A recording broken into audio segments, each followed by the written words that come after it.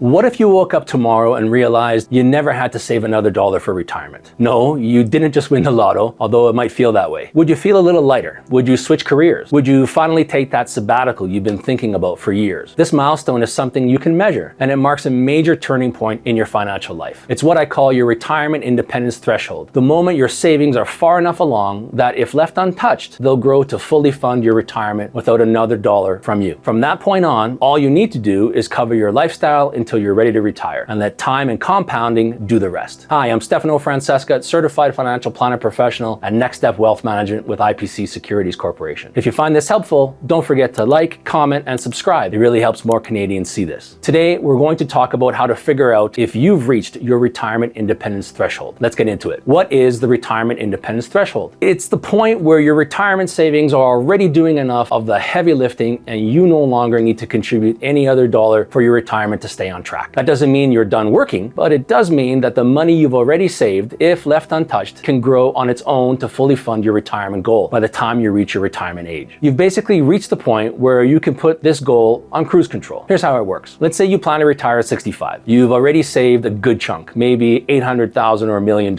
If those investments are earning a reasonable rate of return and you don't withdraw anything, they'll grow enough to give you a significant income. And that income could be all you need to fund your retirement without saving another dollar. From this point forward, the goal is fully funded and your money starts doing all the heavy lifting for you. It's not about quitting your job tomorrow. It's about giving yourself options to scale back, switch gears, or take a break without sacrificing your future security. Let's take a look at how this actually plays out with real numbers. Here's an example. Meet Sarah. Sarah is 52 years old, lives in Alberta, and plans to retire at age 65. She's worked hard, saved consistently, and now has about $750,000 in her RRSP and TFSA combined. She's currently contributing $2,000 a month to her retirement accounts, but lately she's been wondering, do I really need to keep saving at this pace, or can I ease off a bit? Assume her investments grow at 5% per year. She doesn't touch her savings, just lets them grow until retirement. By age 65, her $750,000 could grow to around $1.4 million. Now, based upon the 4% rule, a guideline that says you can safely withdraw 4% of your portfolio per year in retirement, that $1.4 million would give Sarah about $56,000 a year in income for life, indexed to inflation. That could be enough to fund her retirement comfortably, especially once you add in CPP and OAS. So what does that mean? She could stop saving for retirement altogether. She could use her salary to cover her lifestyle and let the investments grow quietly in the background until age 65, and her retirement would still be fully funded. From here on out, you have options. You could keep saving and plan to retire early, reduce your savings rate and improve cash flow today, start saving for another goal, or switch to more flexible or less demanding job for less pay, knowing your retirement is already taken care of. How to know if you've reached your retirement independence threshold. Now that you've seen how it worked for Sarah, let's talk about how you can figure out your own retirement independence threshold. Don't worry, we'll keep the math simple. There are 3 key pieces you need. 1, your future retirement spending goal. Start by estimating how much income you'll need in retirement. Let's say you're aiming for $80,000 per year in future dollars. This includes your basic lifestyle expenses, hobbies, travel, healthcare, and taxes, once the mortgage and major debts are gone. 2, your target retirement age. Now figure out how many years you have left until retirement. If you're 55 today and planning to retire at 65, that's 10 years. 3, choose a reasonable investment return. We want to use a conservative return assumption just to be safe. Let's say you assume 4% annual growth. That's a reasonable return for a relatively conservative portfolio. So what's the math? To oversimplify, let's use the 4% rule to estimate how much you'll need saved by the time you retire. If you want $80,000 per year, divide that by 4%. That equals $2 million. So $2 million is your future retirement target. Now, what would that $2 million need to be worth today if you plan to let it grow for 10 years at 4%? The rough number is about $1.35 million today. So if you're 55 years old and you already have $1.35 million invested and you're not touching it, you can stop saving and it should grow to $2 million by the time you retire at 65. If you were 45 years old, then you would need $900,000, $450,000 less. The power of compounding. We'll save that for another video. That's your retirement independence threshold. If you're already there, you don't have to keep saving unless you want to build in some margin of safety. What happens when you reach the threshold? So let's say you've reached your retirement independence threshold, or you're really close. What does it actually mean for your life right now? Well, it means that you've unlocked something most people don't get until they're already retired: freedom and flexibility. Here are a few of the biggest benefits. You can ease off the savings pedal. Once you've crossed that threshold, the pressure to keep aggressively saving is gone. You don't have to contribute thousands a month to stay on track. That doesn't mean you can't keep saving. Many people do, but the key is you don't have to. And that can free up cash flow today for things like travel, family, family, or just breathing room in your monthly budget. You can have more career flexibility. When you know your retirement is already on track, you can start making lifestyle decisions based on what's best for you, not just what pays you most. You might shift to part-time work. You might change careers or start a business. Maybe even take a sabbatical without guilt. When retirement isn't riding on your next contribution, you gain control over how you work and live today. You'll also probably reduce stress. A lot of Canadians carry this constant low-level anxiety about whether they're saving enough, month after month, year after year. Once you know you've already saved enough and the math supports it, you can let go of that pressure. You've done the hard part. Now you're letting time and compounding do their job. That peace of mind alone is a game changer. You still have the option to keep saving. And here's the beauty of it. Even if you decide to keep saving after crossing your retirement independence threshold, you're doing it from a position of strength, not obligation. Every extra dollar gives you more flexibility, more margin, or an early retirement date. But it's optional. And for many Canadians, just knowing you have the option is enough to feel like a massive win. In the final part of this video, we'll cover a few of the risks and misconceptions around the retirement independence threshold and why you still need to plan carefully even if you've hit your number. The risks to watch out for. The retirement independence threshold can be a powerful concept, but like any financial strategy, it comes with some risks and limitations you need to keep in mind. Let's walk through the big ones. Market volatility. In theory, a 4 to 5% return sounds reasonable, but in practice, markets don't move in straight lines. If you hit a stretch of poor returns early on, or worse, a big market drop, your projected growth could fall short. That's why it's important to use conservative return assumptions in your planning. If the math works at 4%, it'll probably work even better if things go your way. But if you built your entire strategy around 7 or 8% annual returns and underperform, you may not hit your retirement target on time. Underestimating retirement spending. The second big risk is that your spending needs could change, sometimes dramatically. Healthcare costs, supporting adult children, inflation, lifestyle upgrades, all of those things can throw off your projections. And the further you are from retirement, the harder it is to know what you'll need. So don't treat your retirement independence threshold number as set in stone. It's a moving target that should be revisited regularly or whenever your life circumstances change. Overconfidence. This is one of the most common mistakes I see. Someone reaches their retirement independence threshold and decides to stop saving entirely. But life isn't always predictable. If something unexpected happens, job loss, divorce, market crash, and you haven't built in any margin, things can get tight quickly. You don't need to keep saving aggressively forever, but adding a little extra beyond your target can give you peace of mind. It's not a replacement for a real financial plan. Finally, the retirement independence threshold is a helpful benchmark, but it's not a full plan. It doesn't account for things like tax strategies, government benefit timing, RRSP versus TFSA withdrawal sequencing, inflation protection, or estate planning. So while it's a great starting point, it's not the finish line because there's still so much more to consider and work on. Let's wrap this up with the key takeaways, a quick recap, and your next step if you want to know whether or not you've reached your own retirement independence threshold. Our final takeaway. The retirement independence threshold is a key concept that asks you to consider and determine how much you need invested so you can stop saving any further for your future retirement goal. Knowing this number opens the door to other opportunities and options. It's about knowing you've done enough, and now you can shift gears if you want to. You can work less, save less, or stress less without falling behind. But here's the key. You can only make that decision confidently if you've tested the numbers. If you're a Canadian retiree or thinking about your retirement goal and you want to know, have I reached my retirement independence threshold? Can I afford to stop saving so aggressively? What would it take to start working less without jeopardizing my future? Then let's talk. Click the link in the description to book a consultation. We'll walk through your investments, your income goals, your retirement timeline, and help you build a clear, customized plan that gives you clarity and peace of mind. Let's take the next step.